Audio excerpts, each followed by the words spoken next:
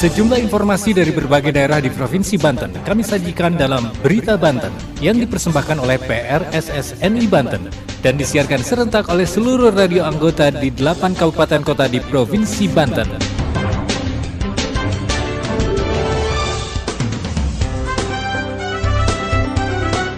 Anda kembali bersama kami di Berita Banten PRSSNI Banten edisi hari ini, Selasa 24 Oktober 2023. Sejumlah informasi dari berbagai wilayah di Provinsi Banten kami hadirkan kembali untuk Anda yang disiarkan serentak oleh seluruh radio anggota di 8 kabupaten kota di Provinsi Banten.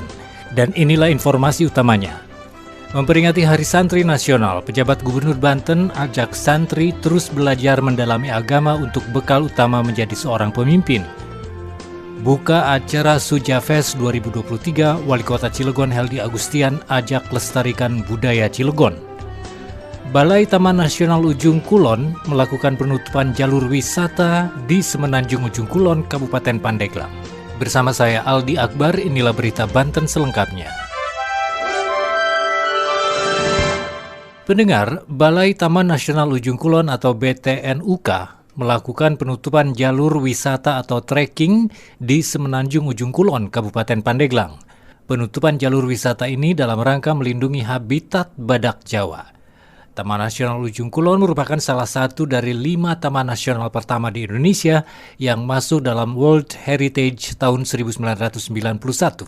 Berikut laporan Boim Setiawan dari Radio Angkasa Pandeglang. Dari Pandeglang, Banten, Balai Taman Nasional Ujung Kulon atau BTNUK melakukan penutupan jalur wisata atau trekking di Semenanjung Ujung Kulon, Kabupaten Pandeglang, Provinsi Banten. Penutupan jalur wisata ini dalam rangka melindungi habitat badak Jawa. Kepala Balai Taman Nasional Ujung Kulon, Ardi Andono mengatakan, penutupan jalur wisata Semenanjung Ujung Kulon berkenaan dengan peningkatan pengamanan kawasan Taman Nasional Ujung Kulon dan upaya perlindungan habitat badak Jawa. Menurut Ardi, pihaknya sudah menerapkan program Fully Protected Areas untuk wilayah Semenanjung Ujung Kulon, ujar Ardi saat ditemui pada hari Senin 23 Oktober 2023. Ardi menjelaskan sebagaimana diketahui bahwa kawasan Taman Nasional Ujung Kulon terbagi menjadi 3 bagian, yaitu pulau-pulau yang berada di sekitar Semenanjung, dan wilayah pegunungan. Untuk aktivitas wisata dapat dilakukan di pulau-pulau yang berada di sekitar Semenanjung dan wilayah perbukitan, wilayah Gunung Honje dan sekitarnya. Sedangkan untuk wilayah Semenanjung Ujung Kulon sudah ditutup penuh kecuali untuk kegiatan penelitian dan konservasi badak Jawa. Lebih lanjut, Ardi mengungkapkan Taman Nasional Ujung Kulon merupakan salah satu dari 5 taman nasional pertama di Indonesia dan juga masuk dalam World Heritage tahun 1991 dengan luas hanya sekitar 105.694,46 hektar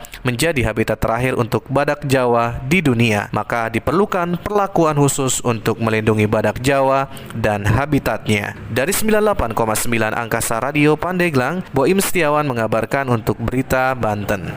Pendengar, Wali Kota Cilegon membuka kegiatan Sujafest 2023 di lapangan serbaguna Situ Rawa Arum, Kecamatan Grogol, Kota Cilegon. Kegiatan budaya yang diselenggarakan oleh Sanggar Sumur Jambu ini dimeriahkan oleh pentas ubrug, tari lenggang Nusantara dan musik kontemporer.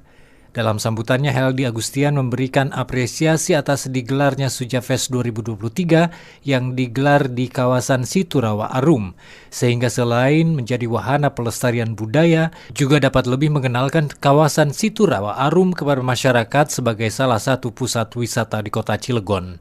Berikut laporan Riza dari KIS FM Cilegon. Wali Kota Cilegon Heldi Agustian membuka acara Sojafest 2023 di panggung serbaguna Situ Rawa Arum, Kelurahan Grogol, Kecamatan Grogol pada Sabtu 21 Oktober 2023 malam. Sojafest merupakan pagelaran teater tradisional ubruk, seni tari dan musik kontemporer, serta bazar kuliner khas masyarakat Rawa Arum yang digagas masyarakat Rawa Arum. Wali Kota Cilegon Heldi Agustian yang didampingi Ketua DPRD Kota Cilegon Isra Mi'raj mengatakan bahwa Soja harus menjelma menjadi idola dalam melestarikan kebudayaan Cilegon. Dalam sambutannya, Heldi mengatakan wajib untuk kami melestarikan kebudayaan sehingga ke depan menjadi idola bagi masyarakat Kota Cilegon dalam bidang seni dan budaya. Dalam hal ini, Heldi memberikan apresiasi atas digelarnya Sojafest 2023 yang digelar di kawasan Situ Rawa Arum. sehingga dapat lebih mengenalkan kawasan Situ Rawa Arum kepada masyarakat sebagai salah satu pusat wisata di Kota Cilegon.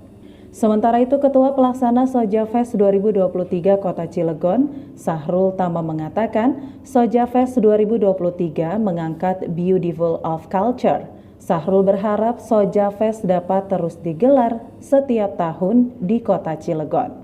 Saya Riza dari KIS FM Cilegon mengabarkan untuk Berita Banten. Berita Banten.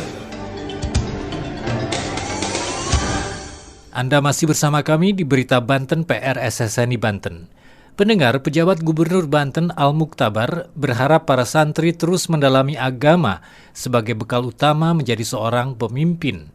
Hal itu dikatakan pejabat gubernur saat menyampaikan sambutannya pada peringatan Hari Santri Nasional di alun-alun barat kota Serang hari Minggu 22 Oktober lalu. Berikut laporan Haris dari Hot Radio Serang. Al-Muktabar berpesan kepada para santri agar terus giat menimba ilmu agama untuk menjadi bekal utama bagi seorang pemimpin. Hal itu disampaikan saat menghadiri apel Hari Santri di alun-alun barat Kota Serang pada tanggal 22 Oktober 2022. Menurut Al-Muktabar, para santri yang saat ini sedang belajar menimba ilmu agama maupun umum adalah calon pemimpin masa depan. Saat bangsa Indonesia memiliki bonus demografi di 100 tahun pada 2045 nanti. Di Provinsi Banten, lanjut Al-Muktabar, banyak berdiri pondok pesantren sehingga Provinsi Banten dikenal sebagai daerah sejuta santri 1000 ulama. Sampai saat ini, banyak para santri dari berbagai daerah menimba ilmu agama di Provinsi Banten. Santri harus menjadi insan yang cerdas, peduli terhadap sesama, dan siap berkontribusi positif bagi masyarakat dan juga negara. Menurut Al-Muktabar, perjuangan saat ini adalah memerangi kebodohan, ketidakadilan, kemiskinan, dan semua bentuk ketidaksetaraan. Di tengah dinamika global yang terus berubah, santri memiliki peran kunci dalam menjaga keutuhan nilai-nilai keagamaan dan moral dalam masyarakat. Faris dari Hot Radio Serang mengabarkan untuk Berita Banten. Demikian sejumlah informasi yang telah kami sajikan untuk Berita Banten kali ini. Saya Aldi Akbar, sampai jumpa. Terima kasih Anda telah mendengarkan Berita Banten yang dipersembahkan oleh PRSSNI Banten.